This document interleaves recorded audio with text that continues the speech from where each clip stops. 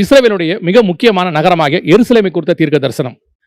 சகரியாவின் புஸ்தகம் 12ஆம் அதிகாரம் 6வது வசனத்துல எருசலேம் திரும்பவும் தன் ஸ்தானமாகிய எருசலேமிலே குடியேற்றப்பட்டிருக்கும் என்று ஆண்டவர் சொன்னார். 1967 ஜூன் மாதம் 5ஆம் தேதி 6 நாள் யுத்தத்தில் இந்த தீர்க்க தரிசனம் நிறைவேறியது. ஏறக்குறைய 1900 வருஷம் எருசலேம் பட்டணத்தை விட்டு துரத்தப்பட்ட யூதர்கள் அபிஷியலாக உள்ளே நுழைந்தார்கள். பட்டணம் அவர்கள் வசமாய் மாறியது. அதே சகரியா 12:6 எருசலேம் திரும்பவும் தன் ஸ்தானமாகிய எருசலேமிலே, அதாவது இஸ்ரவேலுடைய தலைநகராக எருசலேம் மாறும் என்பதற்கான ஒரு தீர்க்க தரிசனம். இது 2018 இந்த தீர்க்க தரிசனம் நிறைவேறியது. எல்லா எதிர்ப்புக்கும் மத்தியிலையும் அப்பொழுதைய அமெரிக்க ஜனாதிபதியாக இருந்த டொனால்ட் ட்ரம்ப் இஸ்ரவேலுக்கு தலைநகராக எருசலேமை முன்னறிவித்தார்.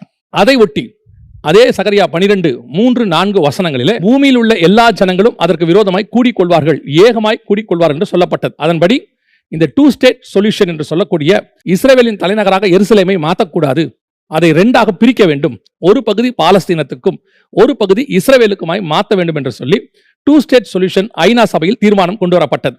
இது சகரியாவின் புஸ்தகம் 12ஆம் அதிகாரம் 3-4 வசனங்களுடைய தீர்க்க தரிசனம் நிறைவேறுதல். ஏறக்குறைய 128 நாடுகள் இஸ்ரவேலுக்கு விரோதமாய் கூடிக்கொண்டது.